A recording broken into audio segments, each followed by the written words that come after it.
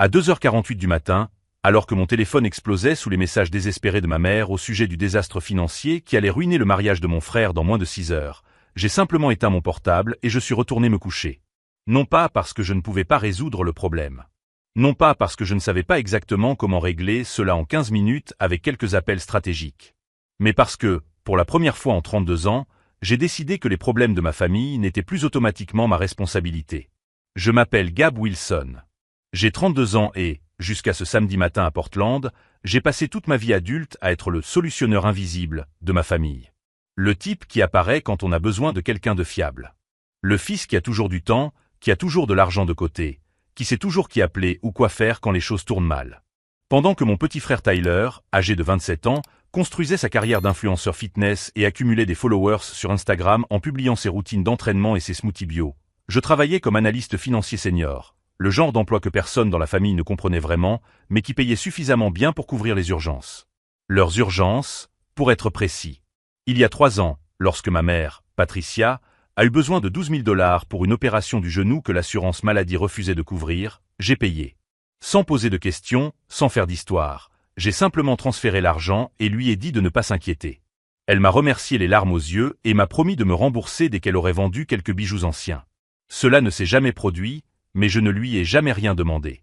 Il y a 2 ans, lorsque Tyler a accidenté l'Audi décapotable que mon père, Robert, lui avait offerte pour son anniversaire, devinez qui a payé les 8 500 $ de réparation parce que ce serait dommage de voir l'assurance augmenter. Moi. Tyler m'a envoyé un message le lendemain. « Merci, mec. Je te rembourserai quand j'aurai signé ce contrat de sponsoring. » Le contrat n'est jamais arrivé, ou du moins, le remboursement n'est jamais venu. L'année dernière, lorsque ma sœur aînée, Jennifer, âgée de 35 ans, a eu besoin d'un avocat pour régler un divorce compliqué, j'ai payé 5 000 $ d'honoraires juridiques. Elle m'a dit que cela lui avait sauvé la vie et que j'étais le meilleur frère du monde. 3 semaines plus tard, elle a publié des photos d'un voyage à Cancun avec ses amis. Quand je lui ai demandé comment elle avait pu payer ce voyage alors qu'elle avait des difficultés financières, elle m'a répondu qu'elle avait besoin de prendre soin de sa santé mentale et a changé de sujet. Je ne me suis jamais plaint. La famille, c'est la famille, n'est-ce pas? On aide parce que c'est la bonne chose à faire. Parce qu'un jour, quand on en aura besoin, ils seront là. Du moins, c'est ce que je croyais. Jusqu'à il y a 6 mois. C'est alors que Tyler a annoncé lors du dîner du dimanche qu'il était fiancé. Sa petite amie, Amber, une aspirante mannequin avec 180 000 followers et aucun sens des réalités en matière de budget, voulait un mariage de rêve. Et ma mère, toujours éblouie par Tyler et ses exploits sur les réseaux sociaux, a immédiatement proposé son aide financière. Nous voulons faire quelque chose de vraiment spécial, a déclaré ma mère, les yeux brillants, en tenant la main de Tyler. On ne se marie qu'une fois, n'est-ce pas? Faisons en sorte que cela en vaille la peine. Ce qui avait commencé par des discussions sur une cérémonie simple s'est rapidement transformé en un événement extravagant. Un lieu au bord de la rivière avec vue sur les montagnes. Un buffet de fruits de mer haut de gamme. Un bar ouvert avec des alcools haut de gamme. Un photographe primé qui coûtait plus cher que certaines voitures d'occasion. Un groupe live, pas un DJ. Des fleurs importées, pas locales. Le budget initial de 10 000 $ est passé à 15, puis à 20, pour finalement s'établir à 25 000 $. Mes parents ont contribué pour la moitié. Ma sœur Jennifer a mis 3 000 $. Même ma tante Hélène, qui vivait avec un revenu fixe, a donné 1 500 $. Je n'ai pas été invité à contribuer. Pas officiellement. 3 mois avant le mariage, lorsque la famille s'est réunie dans mon appartement pour discuter des derniers détails, Jennifer a mentionné avec désinvolture. C'est drôle que tout le monde contribue sauf Gab. J'imagine que travailler dans la finance apprend à être plus prudent avec l'argent. La remarque est restée en suspens comme de la fumée de cigarette. Ma mère a ri nerveusement. Tyler a regardé son téléphone portable. Mon père s'est éclairci la gorge et a changé de sujet. Je n'ai rien dit. J'ai simplement souri et proposé du vin. En réalité, j'avais de l'argent de côté. J'économisais pour la compte d'une maison. Après avoir vécu pendant des années dans des appartements loués, regardant les prix de l'immobilier grimper tandis que mon salaire augmentait lentement, j'avais enfin réuni 42 000 $. Encore 6 mois et j'aurais eu assez pour un acompte décent sur quelque chose à moi. Mais je n'ai rien offert pour le mariage de Tyler. Non pas parce que j'étais avare ou envieux, mais parce que, pour la première fois de ma vie, j'avais décidé que mes objectifs financiers étaient aussi importants que les célébrations familiales. Si cette histoire de dynamique familiale compliquée et d'argent vous parle, N'oubliez pas de vous abonner à la chaîne pour voir comment cette situation apparemment simple allait se transformer en quelque chose que personne dans ma famille n'oublierait jamais. Ce que je ne savais pas lors de cette soirée de planification dans mon appartement, c'est que, quelques semaines plus tard, j'aurais besoin de faire une demande à ma famille. Une seule demande. Et leur réponse m'apprendrait exactement combien je valais pour les personnes qui m'ont toujours dit que la famille passait avant tout. La première semaine d'avril a commencé par un appel qui allait tout changer. Mon dentiste, le docteur Harrison, m'a appelé le lundi matin avec ce ton que les médecins utilisent lorsqu'ils ont de mauvaises nouvelles. La radiographie panoramique qu'il avait demandée le mois précédent avait révélé quelque chose d'inquiétant. 3 dents de sagesse impactées horizontalement, poussant les molaires adjacentes et provoquant une infection osseuse qui se propageait dans la mâchoire. Il faut traiter cela immédiatement, m'a-t-il dit sans détour. Nous parlons d'une chirurgie buccale sous anesthésie générale. Si nous attendons plus longtemps, l'infection pourrait atteindre la circulation sanguine. Le devis est arrivé par email 20 minutes plus tard. 19 800 $. Ma mutuelle ne couvrirait que 40% des frais, car elle considérait cette intervention comme facultative et non urgente. Même avec la couverture, j'aurais besoin de 11 800 $ en espèces pour programmer l'opération. 11 800 $ que je n'avais pas sans compromettre complètement mon apport pour l'achat de la maison. J'ai passé tout ce lundi à regarder le solde de mon compte d'épargne. 42 000 $. Si je payais l'opération, il m'en resterait 30 000. Ce serait encore une somme respectable, mais cela me ferait prendre 6 mois de retard sur mon planning. 6 mois de plus à payer un loyer, alors que les prix de l'immobilier continuaient à augmenter plus vite que ma capacité à économiser. Le mardi, la douleur a vraiment commencé. Ce n'était pas cette douleur sourde et constante que l'on peut ignorer. C'était une douleur aiguë, lancinante, qui remontait le long de la mâchoire et explosait derrière les yeux chaque fois que j'essayais de mâcher quelque chose de solide. J'ai commencé à me nourrir de smoothies et de soupes, avalant des ibuprofènes comme des bonbons. Le docteur Harrison a rappelé le mercredi. « Gab, j'ai vu les résultats de vos analyses sanguines. Vos marqueurs inflammatoires sont élevés. Nous devons prendre rendez-vous rapidement. Êtes-vous disponible la semaine prochaine ?» J'ai pris une profonde inspiration et lui ai dit que j'avais besoin de quelques jours pour organiser mes finances. « Ne tardez pas trop », m'a-t-il averti. Les infections osseuses ne sont pas une plaisanterie. C'est ce soir-là, la mâchoire lancinante et la facture du dentiste ouverte sur l'écran de mon ordinateur, que j'ai pensé à ma famille. J'ai pensé aux 25 000 $ qui allaient être dépensés pour le mariage de Tyler dans 6 semaines. J'ai pensé aux 12 000 $ que j'avais payés pour l'opération de ma mère. J'ai pensé aux 8 500 $ pour la réparation de la voiture de Tyler. La famille aide la famille, n'est-ce pas? C'est ce qu'on m'a toujours dit quand on avait besoin de moi. Le jeudi matin, j'ai appelé ma mère. « Bonjour, mon chéri », m'a-t-elle répondu de sa voix enjouée habituelle. « Tout va bien ?» Je discutais justement avec Amber au sujet des fleurs. « Tu savais que les lys Casablanca coûtent 150 $ le bouquet? Mais elle en veut 6 rien que pour les tables principales. » Je lui ai dit qu'on allait faire en sorte que ça marche parce qu'elle mérite le mariage de ses rêves. « Maman », l'ai-je interrompu, en essayant de garder une voix ferme malgré la douleur. « Je dois te parler de quelque chose de sérieux. » Silence à l'autre bout du fil. Puis, d'un ton légèrement plus prudent, « Qu'y a-t-il » Je lui ai expliqué pour mes dents de sagesse. Pour l'infection. Pour les 19 800 $ et ce que mon assurance couvrirait. Je ne lui ai pas demandé d'argent directement. Je lui ai simplement expliqué la situation, espérant qu'elle m'aiderait comme je l'avais toujours fait quand elle en avait besoin. « Oh mon Dieu, mon chéri », a-t-elle dit, et sa voix trahissait une inquiétude sincère. « Ça a l'air terrible. Tu as très mal ?»« Beaucoup, ai-je admis. J'arrive à peine à manger. » « Tu dois t'en occuper immédiatement. »« Je sais. C'est juste que... » ai-je hésité, détestant devoir le dire à voix haute. Avec les frais qui ne sont pas couverts, cela va considérablement affecter mes économies pour la maison. Je me demandais si, peut-être, la famille pourrait m'aider à payer une partie. Pas tout. Même 3 ou 4 000 $ ferait une différence. Le silence qui suivit était différent. Lourd. Calculé. « Gab, tu sais que nous serions ravis de t'aider, » dit-elle finalement, et je reconnus immédiatement ce ton. C'était le même ton que les gens utilisent avant d'expliquer pourquoi ils ne peuvent pas faire quelque chose. Mais nous sommes complètement engagés dans le mariage maintenant. Chaque centime que nous avons est destiné aux dépenses finales. Tu sais comment ça se passe. Il y a toujours des frais de dernière minute. Maman, nous parlons de 25 000 $ pour un mariage. Je ne demande qu'une fraction de cette somme pour traiter une infection osseuse. Ce n'est pas aussi simple que ça, mon chéri. Sa voix est devenue défensive. Ces fonds ont déjà été alloués. Nous avons signé des contrats, versé des acomptes. Nous ne pouvons pas simplement tout annuler. Je ne te demande pas d'annuler quoi que ce soit. Je te demande 3 000 $ sur une réserve de 25 000. Il n'y a pas de réserve, Gab. Tout est engagé. Elle soupira, comme si c'était moi qui étais déraisonnable. Et honnêtement, tu as un bon emploi. Tu dois avoir des économies. Tu as toujours été doué avec l'argent. Je sentis mon cœur se serrer. J'ai des économies, maman.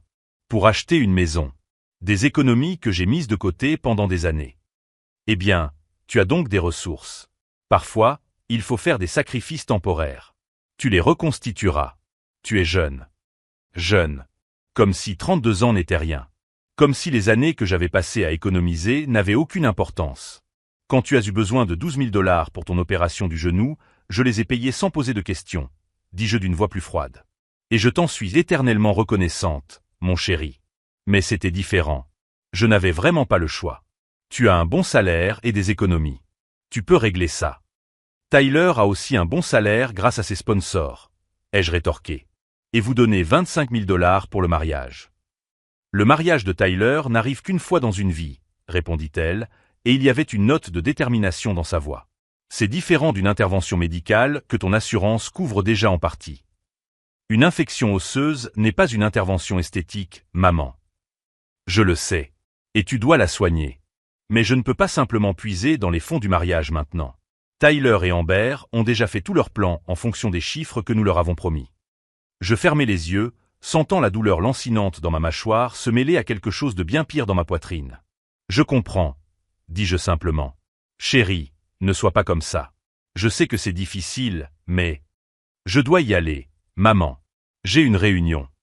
Je raccrochai avant qu'elle ne puisse continuer. Cet après-midi-là, j'ai appelé mon père. Il a écouté toute l'histoire en silence avant de pousser un profond soupir. Mon fils, tu sais que ta mère a raison au sujet des fonds pour le mariage. Tout est déjà engagé. Vous n'avez pas encore payé le buffet complet, ai-je répondu, car je connaissais les délais. Le paiement final n'est dû que 2 semaines avant l'événement. C'est vrai, mais nous avons déjà donné notre parole. Nous ne pouvons pas faire marche arrière maintenant. Mais vous pouvez faire marche arrière avec moi. Ce n'est pas la même chose et tu le sais. Le mariage est... Eh bien, c'est public. C'est une célébration pour toute la famille. Ton problème médical est privé. Privé. Comme si avoir besoin d'aide pour une infection osseuse était quelque chose de honteux qui devait être caché. Quand Tyler a eu son accident de voiture, j'ai payé 8 500 $, lui ai-je rappelé. C'était aussi privé. Et nous l'avons apprécié. Tyler l'a apprécié. Mais c'était ton choix, Gab. Personne ne te l'a demandé. Parce que je l'ai proposé. Parce que c'est ce que fait une famille. Exactement. Et tu l'as fait parce que tu le pouvais. Parce que tu en avais les moyens. Le raisonnement circulaire était impressionnant. J'aidais parce que j'en avais les moyens. Quand j'avais besoin d'aide, il ne pouvait pas m'aider parce que j'en avais les moyens. Je comprends parfaitement, papa. J'ai raccroché et je suis resté à regarder le mur de mon appartement pendant un temps indéterminé. Vendredi, Jennifer m'a appelé. Ma mère lui avait parlé de ma situation. J'ai entendu dire que tu avais des problèmes de santé, m'a-t-elle dit, et il y avait quelque chose dans sa voix qui m'a fait comprendre que cette conversation ne porterait pas sur une offre d'aide. Des dents de sagesse incluses. Une infection osseuse. Rien de grave, ai-je menti. Maman m'a dit que tu avais demandé de l'argent pour t'aider à payer les frais. J'ai demandé à la famille d'envisager de m'aider en partie, oui. Gab, a-t-elle hésité? Tu sais que nous sommes tous engagés dans le mariage de Tyler maintenant, n'est-ce pas? J'ai moi-même mis 3 000 $ que j'avais mis de côté pour rénover ma cuisine. Je sais. Et tu dois comprendre que cela semble un peu opportun. Un frisson glacial m'a parcouru l'échine. Opportun? Eh bien, tu n'as jamais voulu contribuer au mariage. Maintenant, quelques semaines avant l'événement, tu te présentes avec une urgence médicale coûteuse. On dirait presque que tu essaies de faire passer un message. Je suis resté silencieux pendant plusieurs secondes, digérant ce qu'elle venait de suggérer. Tu penses que j'ai inventé une infection osseuse pour prouver quelque chose. Je ne dis pas que tu l'as inventé. Mais tu exagères peut-être l'urgence. Les dents de sagesse peuvent attendre, non? Les gens vivent des années avec. Jennifer, mon dentiste m'a dit que l'infection pouvait se propager dans le sang. Les dentistes dramatisent toujours pour obtenir des paiements anticipés. J'en ai eu un qui m'a dit que j'avais besoin de 4 couronnes et un autre qui m'a dit que je n'en avais besoin d'aucune. Elle soupira comme si elle faisait preuve d'une immense patience à mon égard. Écoute, je comprends que tu sois frustré de ne pas vouloir dépenser tes économies. Mais parfois, la vie l'exige. Tu récupéreras cet argent. Tu as toujours été doué pour ça. Merci pour ton conseil, ai-je dit d'une voix parfaitement neutre. Ne le prends pas comme ça. Je suis juste réaliste. Et honnêtement, Gab, tu as en quelque sorte créé cette attente en sauvant tout le monde. Maintenant que tu as besoin d'aide, tu agis comme si ta famille te devait quelque chose. Ma famille ne me doit rien, ai-je acquiescé. Je l'ai clairement fait comprendre. J'ai raccroché avant qu'elle n'ait le temps de répondre. Ce que Jennifer ignorait, ce qu'aucun d'entre eux ne savait, c'est que j'avais déjà pris ma décision. Pas dans le feu de l'action, mais quelque part au plus profond de moi, dans un endroit plus froid. Un endroit où les mathématiques étaient simples et où les émotions n'obscurcissaient pas les faits. Ils avaient 25 000 $ pour un mariage, mais pas 3 000 pour une urgence médicale concernant leur fils qui se présentait toujours quand ils en avaient besoin. Le message était clair. J'étais utile quand je résolvais leurs problèmes, mais mes propres problèmes étaient des inconvénients que je devais résoudre seul parce que j'avais les moyens. J'ai programmé l'opération pour le lundi suivant. J'ai payé les 11 800 $ à partir de mon compte d'épargne et j'ai vu mon solde tomber à 32 000 $. Des mois d'économie prudente se sont évaporés en une seule transaction. Je n'ai pas parlé de l'opération à ma famille. Je n'ai rien posté sur les réseaux sociaux. J'ai simplement demandé 3 jours de congé à mon travail et je me suis préparé pour l'intervention. Mais alors que j'étais assis dans la salle d'attente du cabinet du docteur Harrison le lundi matin, attendant d'être appelé pour entrer dans la salle d'opération, mon téléphone a sonné. C'était un message dans le groupe familial. Tyler, les amis, nous venons de recevoir la confirmation finale du lieu. Tout est parfait. J'ai hâte d'être au grand jour. Ma mère, je suis tellement excité. Ça va être magique. Jennifer, je n'arrive pas à croire que ça arrive si vite. Mon père, je suis fier de toi, mon fils. J'ai regardé ces messages, cet enthousiasme collectif pour un événement qui coûterait l'équivalent de 2 ans de mon loyer, et quelque chose en moi s'est cristallisé dans une clarté parfaitement froide. Ils ne me devaient rien. Mais je ne leur devais rien non plus.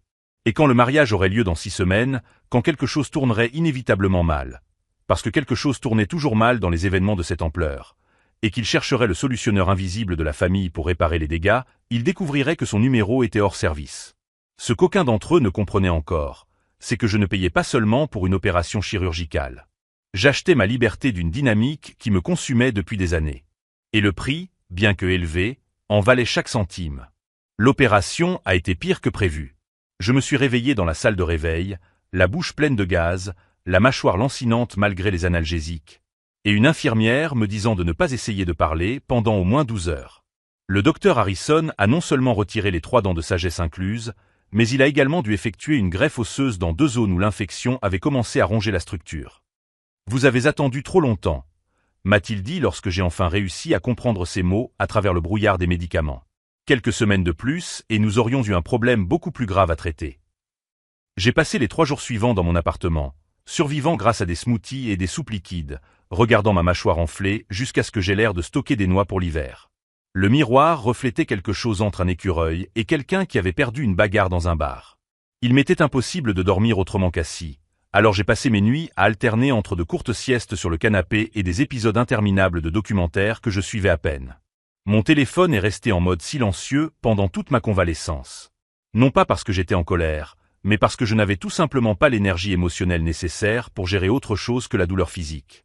Il y avait 43 messages non lus lorsque j'ai enfin regardé jeudi. La plupart provenaient du groupe familial. Des photos d'échantillons de gâteaux. Des vidéos d'Amber essayant différentes robes de mariée, chacune plus chère que la précédente. Ma mère demandant des avis sur des compositions florales qui semblaient identiques à mes yeux gonflés. Jennifer partageant des liens vers des hôtels proches du lieu de la cérémonie pour les invités venant de l'extérieur de la ville. Aucune question sur mon état d'esprit. Aucun message me demandant des nouvelles de l'opération que j'avais brièvement mentionnée avant qu'il ne change de sujet. Juste un flux constant d'informations sur le mariage, comme si je n'étais qu'un spectateur parmi d'autres, obligé d'assister au spectacle. Il y avait également 3 messages directs de Tyler. La première, « Mec, t'as vu les photos du gâteau ? Amber hésite entre celui au chocolat belge et celui à la vanille et à la framboise. T'en penses quoi ? La deuxième, 2 jours plus tard, « Salut, t'es occupé ? J'ai besoin de ton avis sur les cartes de remerciement. » La troisième, hier soir. Sérieusement, tu m'ignores maintenant? C'est très mature. J'ai regardé ces messages pendant un long moment.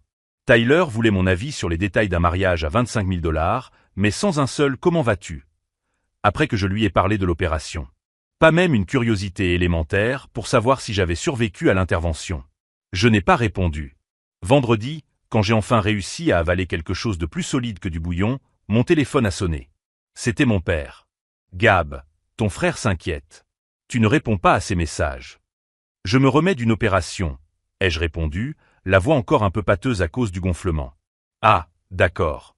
Le truc avec les dents. » Il a dit cela comme s'il s'agissait d'une intervention esthétique facultative et non d'une opération d'urgence pour traiter une infection osseuse. Comment ça s'est passé? Compliqué. J'ai dû subir une greffe osseuse. Ah. Pause gênante. Eh bien, tu vas mieux maintenant. Je suis en convalescence. Super, super. Écoute, je t'appelle parce que Tyler est vraiment stressé par le mariage. Tu sais comment ça se passe. Il veut juste que tu participes à certaines décisions. Contribution. Mot intéressant venant de l'homme qui a refusé de contribuer financièrement quand j'en avais besoin. Dis à Tyler que je le contacterai quand j'irai mieux. Il a vraiment besoin de réponses maintenant. Gab. La date limite pour les cartes de remerciement personnalisées est demain. Des cartes de remerciement. La date limite est demain. C'est urgent.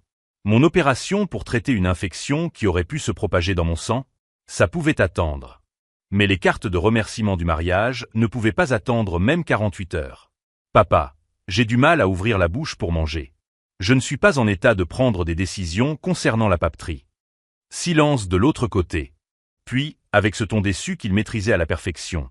Tu sais, Gab, parfois on dirait que tu es difficile juste pour le plaisir d'être difficile. Une chaleur m'envahit la poitrine. Pas une colère explosive, mais quelque chose de plus froid et calculé. Difficile, répétai-je, testant le mot dans ma bouche enflée. Oui, Tyler essaie de t'inclure, de te faire sentir que tu fais partie du processus, et je ne sais pas, tu t'éloignes. Inclure, murmurai-je. C'est intéressant que tu utilises ce mot. Qu'est-ce que ça veut dire? J'ai pensé répondre avec la vérité. J'ai pensé énumérer chaque dollar que j'avais dépensé pour aider cette famille, chaque urgence que j'avais résolue, chaque problème que j'avais réglé pendant qu'ils dormaient paisiblement. J'ai pensé demander quand exactement j'avais été inclus dans la décision de dépenser 25 000 $ pour un mariage, mais pas 3 000 pour m'aider dans mon urgence médicale. Au lieu de cela, j'ai dit « Rien, papa.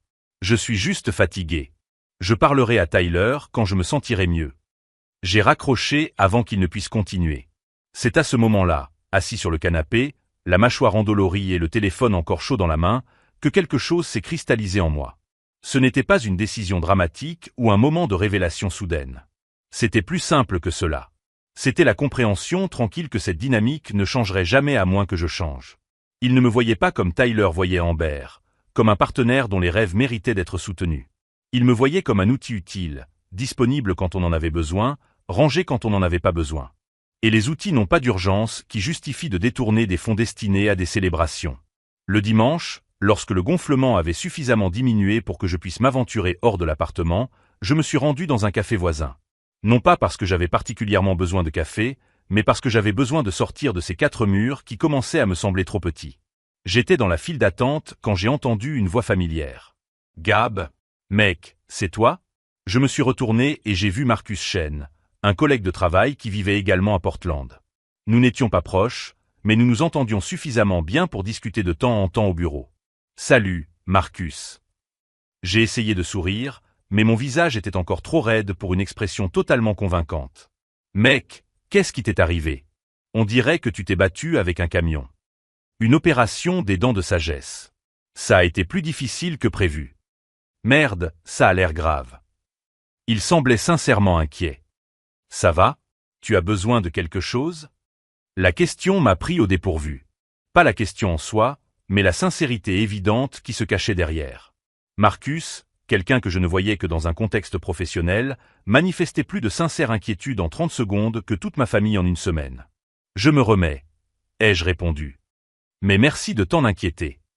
Sérieusement, si tu as besoin de quoi que ce soit, n'hésite pas à me le dire. Ma femme est infirmière.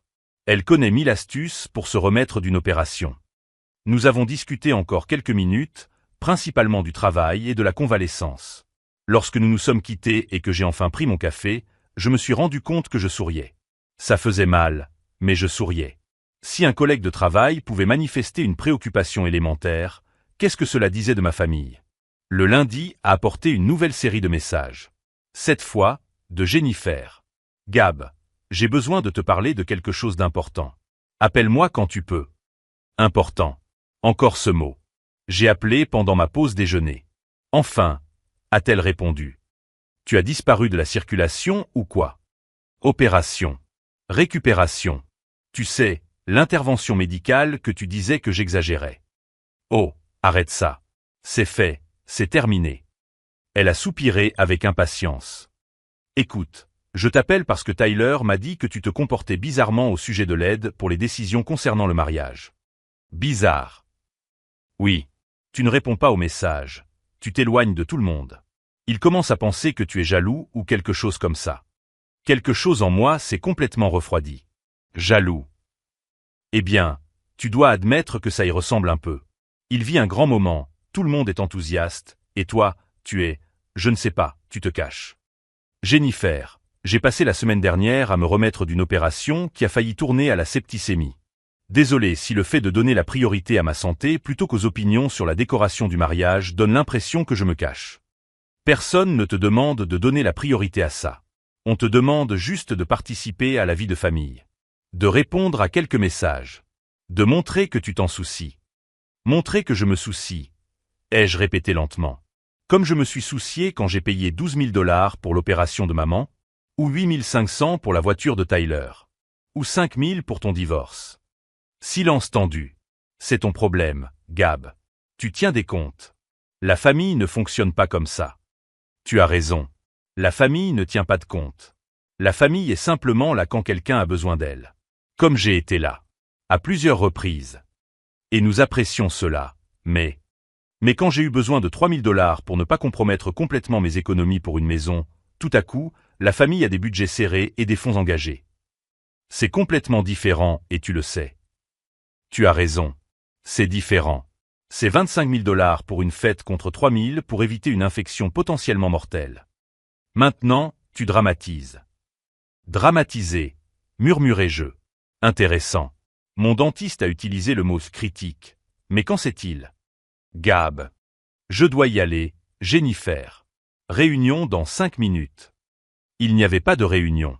Je ne pouvais tout simplement pas continuer cette conversation sans dire des choses que je ne pourrais pas retirer. Ce que je n'avais encore dit à aucun d'entre eux, c'était que le véritable préjudice n'était pas financier. Les 11 800 $ faisaient mal, mais je m'en remettrais éventuellement. Ce qui ne s'en remettait pas aussi facilement, c'était la compréhension cristalline que, pour ma famille, ma valeur était purement fonctionnelle.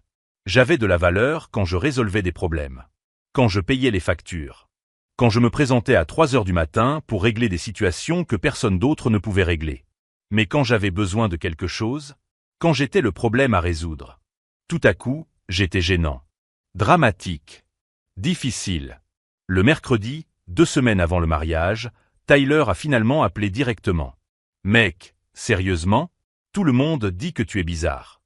Salut, Tyler. Je vais bien, merci de demander. L'opération a été compliquée, mais je me remets. C'est gentil de ta part de te soucier de ma santé. Pause confuse. Ok, c'était passif-agressif. C'était honnête. Tu te rends compte que tu ne m'as pas demandé une seule fois comment j'allais depuis que je t'ai parlé de l'opération? Tu vas bien, évidemment. Tu parles normalement. Il y a 3 jours, j'arrivais à peine à ouvrir la bouche. J'ai passé une semaine à me nourrir de liquide et à soigner une infection osseuse. Mais oui, je parle maintenant, donc clairement, ça n'a jamais été grave. Écoute, je n'ai pas appelé pour discuter de ton intervention dentaire. J'ai appelé parce que tu ignores tout le monde et que cela crée une atmosphère étrange avant mon mariage. Mon mariage. On en revenait toujours là. Tyler, quand as-tu posé des questions sur ma vie pour la dernière fois? Quelque chose qui ne concernait pas un besoin que tu avais? C'est ridicule. Nous sommes frères. Je n'ai pas besoin de faire l'inventaire de chaque conversation. Peux-tu me dire sur quel projet je travaille au bureau? Silence. Peux-tu me dire quel était mon objectif d'économie pour cette année? Encore du silence. Peux-tu me dire quoi que ce soit sur ma vie, À part le fait que je suis le type qui a toujours de l'argent quand tu en as besoin. Mec, qu'est-ce qui t'arrive? Tu traverses une crise ou quelque chose comme ça? Non, Tyler. Je suis juste fatigué. Fatigué de quoi? D'avoir de la valeur uniquement quand je suis utile. Il a ri, ce rire gêné que les gens font quand ils ne savent pas comment réagir. Tu piques une crise parce que je t'ai demandé ton avis sur des cartes? Sérieusement? Ce n'est pas à propos des cartes. Alors de quoi s'agit-il? Parce qu'on dirait que tu fais tout un drame pour rien, alors que je devrais me concentrer sur le jour le plus important de ma vie. Le jour le plus important de ta vie. Alors que j'étais en train de gérer une infection qui, selon mon dentiste, aurait pu me tuer. Tu sais quoi, Tyler? Tu as raison. C'est un moment important pour toi. Ne laisse rien gâcher ça. Tu es enfin raisonnable. Quand tu auras besoin d'aide pour quelque chose concernant le mariage, je suis sûr que tu trouveras comment t'en sortir. Tu es intelligent. Tu trouveras une solution. Attends, quoi? Tu es en train de me dire que tu ne m'aideras pas? Je te dis que j'ai confiance en ta capacité à régler tes propres problèmes. Gab, si c'est à cause de l'argent pour tes dents, mec, je ne savais pas que ça allait être si important. Si j'avais su. Si tu avais su quoi? Tu aurais proposé une fraction des 25 000 $ que tu dépenses pour ton mariage? Maintenant, tu es injuste. Cet argent n'est pas à moi. Il appartient à la famille. C'était prévu depuis des mois. Tu as raison. C'est complètement différent. Alors quoi? Tu vas bouder et gâcher mon mariage parce que tu as les sentiments blessés? Je ne vais rien gâcher, Tyler. Je serai là. Je sourirai sur les photos. Je vous féliciterai. Mais quand quelque chose tournera mal. Je fis une pause, laissant le poids de ma phrase s'installer. Et quelque chose tourne toujours mal dans les mariages de cette envergure, vous devrez trouver comment régler le problème sans moi. Qu'est-ce que cela signifie? Cela signifie que le solutionneur invisible de la famille prend congé. Je raccrochai avant qu'il n'ait le temps de répondre. Mon téléphone a explosé pendant les 15 minutes qui ont suivi. Des messages de Tyler, de ma mère, de mon père, même de Jennifer. Tous sur le même thème. Qu'est-ce qui ne va pas chez toi? Pourquoi agis-tu ainsi? C'est un moment spécial pour Tyler. J'ai mis mon téléphone en mode silencieux et je suis retourné au travail. Ce qu'aucun d'entre eux ne comprenait, c'est que je ne faisais pas de drame. Je ne faisais pas de crise ou de crise de la quarantaine.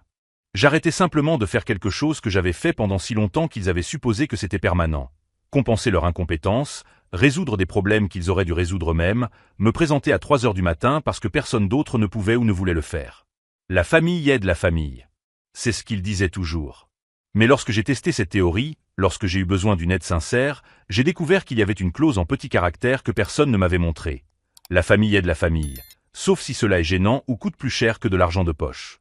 Et maintenant, à 2 semaines du mariage à 25 000 $, ils étaient sur le point de découvrir exactement ce que valaient des années passées à supposer que je serais toujours disponible. Ce qu'ils ne savaient pas, c'est que les mariages de cette envergure sont des machines complexes, avec des centaines de pièces mobiles, chacune dépendant d'un timing parfait et d'une coordination précise. Et pendant des années, sans même s'en rendre compte, ils m'avaient utilisé comme la pièce qui maintenait tout synchronisé. J'étais celui qui confirmait les réservations quand quelqu'un oubliait de le faire. Celui qui savait quelle cousine était allergique aux fruits de mer. Le gars qui avait les numéros de téléphone de tout le monde et qui pouvait résoudre les urgences de dernière minute parce qu'il avait des relations, de l'expérience et la patience de vraiment réfléchir avant de paniquer. Mais les outils ne réfléchissent pas. Les outils n'ont pas d'urgence. Les outils fonctionnent simplement quand vous en avez besoin. Jusqu'au jour où vous ouvrez le tiroir et où l'outil n'est tout simplement plus là.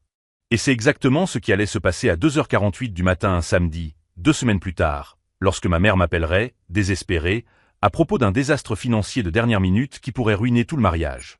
Quand elle appellerait, le solutionneur invisible de la famille serait endormi, son téléphone éteint.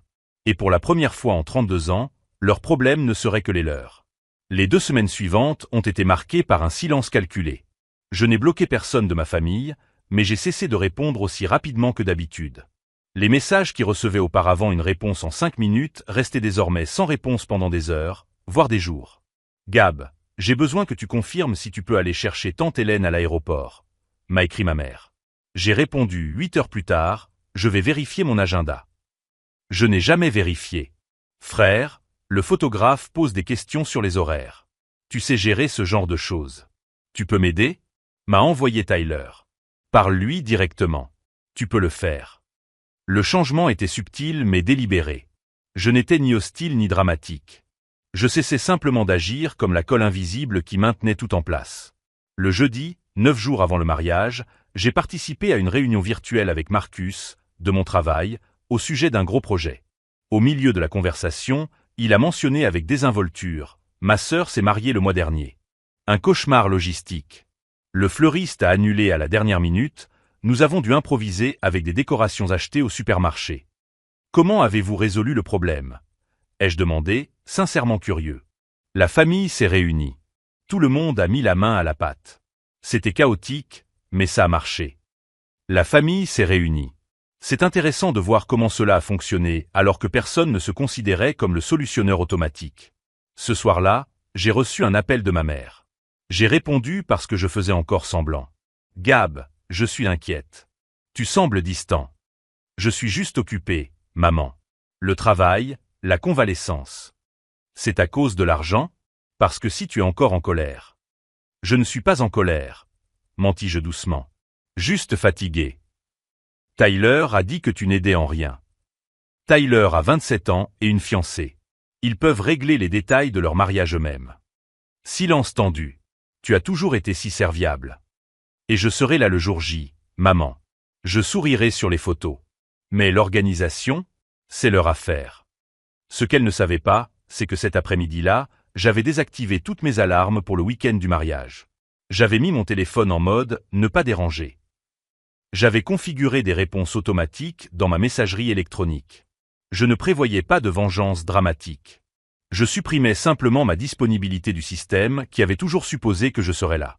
Car lorsque quelque chose tournerait mal à 2h48 du matin le samedi, et quelque chose tournait toujours mal, le solutionneur invisible serait enfin vraiment invisible. Si vous suivez cette transformation de la dynamique familiale et que vous voulez voir comment l'absence d'une pièce peut démanteler toute la machine, restez avec nous, car le jour du mariage approchait. Et j'avais hâte de dormir pendant tout ce chaos. Le samedi du mariage s'est levé avec un ciel dégagé et une température parfaite. Je suis arrivé sur place à 14h, comme prévu. J'ai salué mes proches, souri pour les photos, félicité Tyler et Amber avec une sincérité authentique. « Tu as l'air bien », a commenté ma mère, surprise. « Je vais bien », ai-je simplement répondu. La cérémonie était magnifique. Le buffet était impeccable. Le groupe jouait exactement le genre de musique que les jeunes couples trouvent sophistiqué. Tout fonctionnait comme une horloge suisse. Chaque détail était réglé comme du papier à musique, grâce à 25 000 $. Je suis parti à 22h, prétextant la fatigue due à ma convalescence. Personne ne m'a posé de questions. J'ai pris la route pour rentrer chez moi, j'ai pris une douche et j'ai enfilé un pyjama confortable. À 23h15, mon téléphone a commencé à vibrer. Le mode « Ne pas déranger » fonctionnait parfaitement. J'ai complètement éteint l'appareil, je l'ai mis dans le tiroir de la commode et je suis allé me coucher. Ce que je n'ai pas vu cette nuit-là. À 23h30, le gérant du lieu a informé ma mère que le paiement final de 12 000 $ avait été refusé. La carte de crédit professionnelle utilisée par mon père avait une limite insuffisante. Une erreur bancaire, ont-ils dit. Ils devaient régler le problème avant minuit, sinon le bar serait fermé et la musique interrompue. Ma mère a appelé mon père. Il a appelé la banque. Les systèmes étaient hors ligne pour maintenance jusqu'au lundi matin. Ils ont essayé d'autres cartes. Tout avait atteint leur limite quotidienne de transaction. À 23h45, Jennifer a essayé sa carte. Refusé. Elle avait oublié de payer la facture. Minuit. Le gérant était poli mais ferme. Pas de paiement, pas de service. Tyler a paniqué. Amber s'est mise à pleurer. Les invités ont remarqué la confusion. Appelez Gab, a suggéré quelqu'un. Il règle toujours ce genre de problème. Ma mère a appelé cette fois. Directement sur la messagerie vocale. Les messages s'accumulaient dans le vide numérique. 53 messages non lus. 17 appels manqués.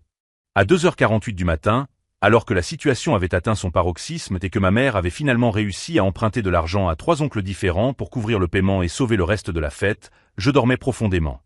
Sans cauchemar. Sans culpabilité. Juste le sommeil paisible de quelqu'un qui a enfin cessé de porter un poids qui ne lui appartenait pas. Le dimanche matin, j'ai allumé mon téléphone à 10h. Le flot de notifications a mis 2 minutes à se charger. J'ai lu chaque message, une tasse de café chaud à la main. Le message désespéré de 11h30, Gab, urgence, j'ai besoin d'ETOI maintenant. Le message irrité de minuit, où es-tu, bon sang?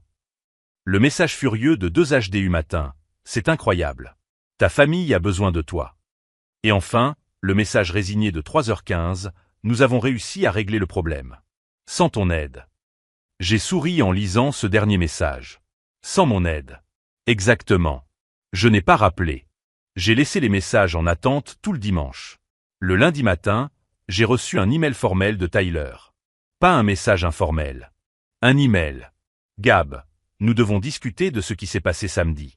C'était extrêmement irrespectueux de ta part de disparaître alors que ta famille avait besoin de toi. Maman était hystérique en essayant de te trouver. Nous avons dû emprunter de l'argent à tes oncles pour sauver la réception. Tu nous as laissé tomber au moment le plus important. Je l'ai lu 3 fois. Chaque mot révélait exactement le problème qui avait toujours existé.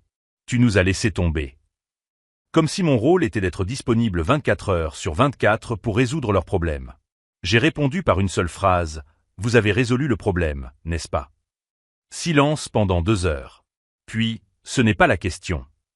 C'est exactement la question, Tyler. Vous avez découvert que vous pouviez résoudre les problèmes sans moi. Félicitations. Ma mère m'a appelé cet après-midi-là. J'ai répondu parce que je savais que je devais établir des limites claires. Comment as-tu pu nous faire ça? Sa voix tremblait entre la colère et les larmes. Faire quoi, exactement? Dormir dans mon propre appartement? Tu savais que nous aurions besoin de toi. Vous avez eu besoin de moi. Et vous avez résolu le problème. Sans mon aide. Mais c'était humiliant. Nous avons dû emprunter de l'argent devant tous les invités. J'ai pris une profonde inspiration. Quand j'ai demandé 3 000 $ pour une urgence médicale, vous aviez 25 000 $ pour un mariage. Quand Tyler a eu un accident de voiture, j'ai payé 8 000 $ sans poser de questions. Quand vous avez dû subir une opération, j'ai transféré 12 000 $ le jour même. Mais quand j'en ai eu besoin, j'ai entendu parler de budget compromis et du fait que j'avais des ressources. Silence pesant. La famille aide la famille, maman. Mais seulement quand cela vous arrange, apparemment. C'est différent. Tu as raison.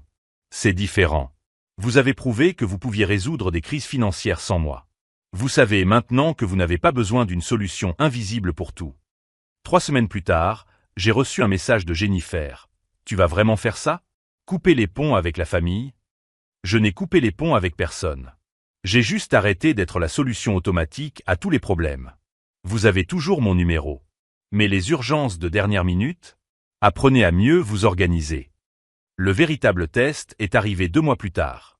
Ma mère m'a appelé, la voix tendue. Gab, j'ai besoin de te parler de quelque chose de sérieux.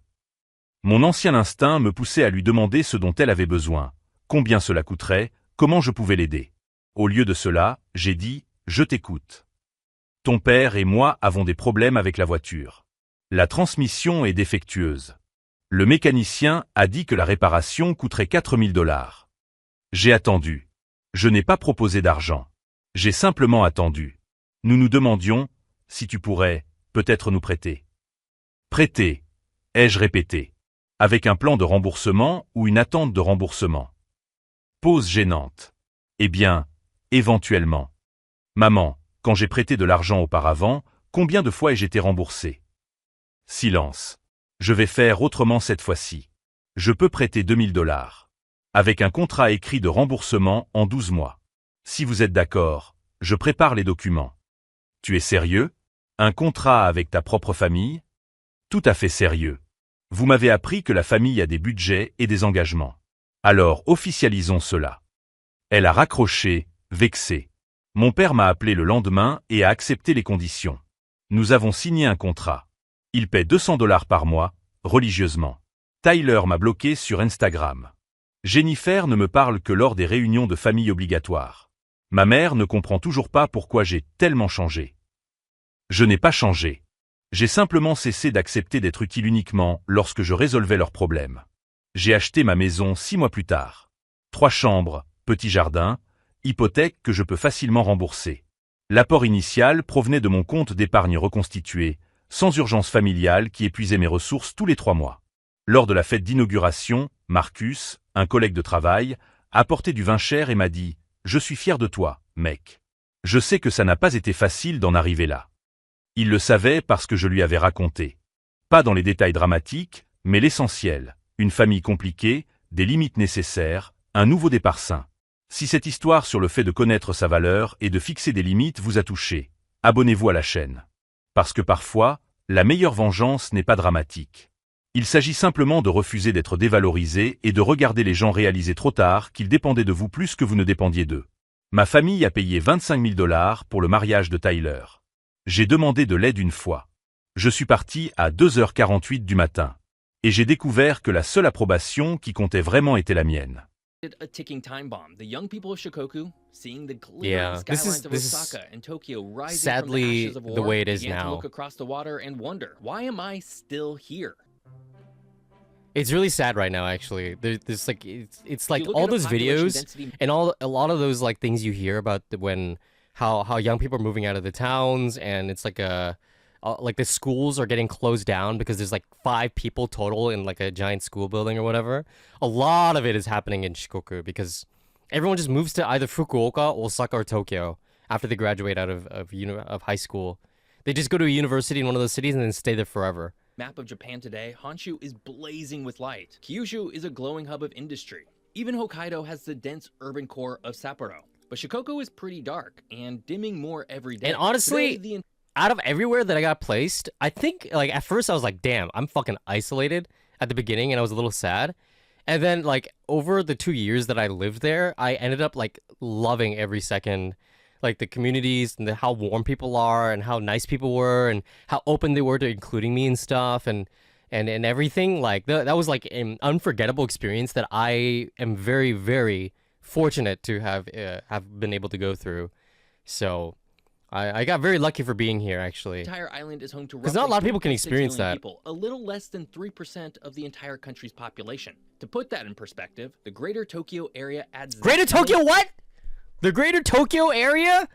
people to its train stations every single morning. But what's It's more a concerning thing. for Shikoku is the trend line. It's While a Japan's thing. overall population began to decline in 2011, Shikoku has been bleeding residents for decades. The island's population peaked way back in 1950 and has been on a slow, agonizing slide ever since. So, why is this happening? Why, in a country as crowded as Japan, is its 4th largest island hollowing out? The answer lies in a cruel economic paradox involving the very thing that was supposed to save it, a bridge to Honshu. For most of the 20th century, the people of Shikoku clamored You for wrote the a script, fixed didn't you? link Come to the mainland. on. They believed that their economic isolation was the only thing holding them back. If they could just drive to Osaka, prosperity would flow in.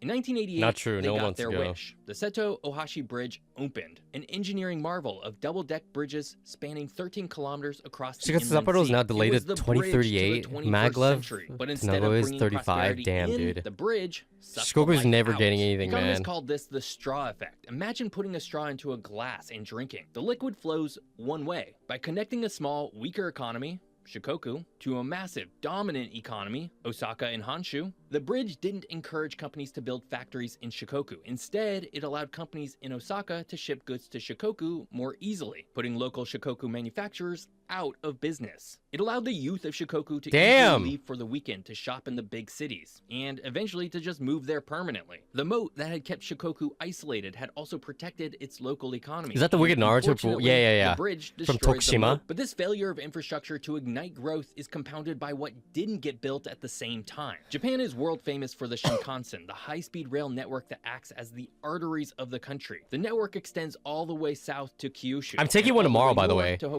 I'm going snowboarding I didn't mention this. I'm going snowboarding tomorrow. I haven't been in a couple years, so this is my last chance before everything fucking melts. So I'm going tomorrow, and I'm taking a Shinkansen from Tokyo Station at like 6:15 a.m. So right after this stream, I'm fucking taking some medicine and knocking out. Hokkaido, where it will soon connect to Sapporo. But if you look at the Shinkansen And it's going up to Niigata in Echigo Yuzawa up here from Tokyo. map, there's a glaring hole. Shikoku is the only major island in Japan without a high-speed train. That's In racist! 1973, under the basic plan for the Shinkansen, a line was proposed to cross into Shikoku. But when the Japanese asset bubble burst in the 1990s, and the reality of the bridge's failure set in, the plan was frozen. That's Today, fucked up, traveling by dude. train from Tokyo to the Shikoku capital of Matsuyama takes nearly 6 hours and requires multiple transfers. In the It does. modern- And believe me, I've done it. It's so bad. Like there was like I was visiting Tokyo in the summer or something like that from Ehime, and then I had to go back on a Sunday, but a typhoon hit on a weekend. Classic fucking typhoons fucking up my plans. And on my flight straight to Ehime got delayed, or not delayed, got canceled. So I had to last minute book a non-reserved ticket onto a Shinkansen and escape the typhoon. But because it was a non-reserved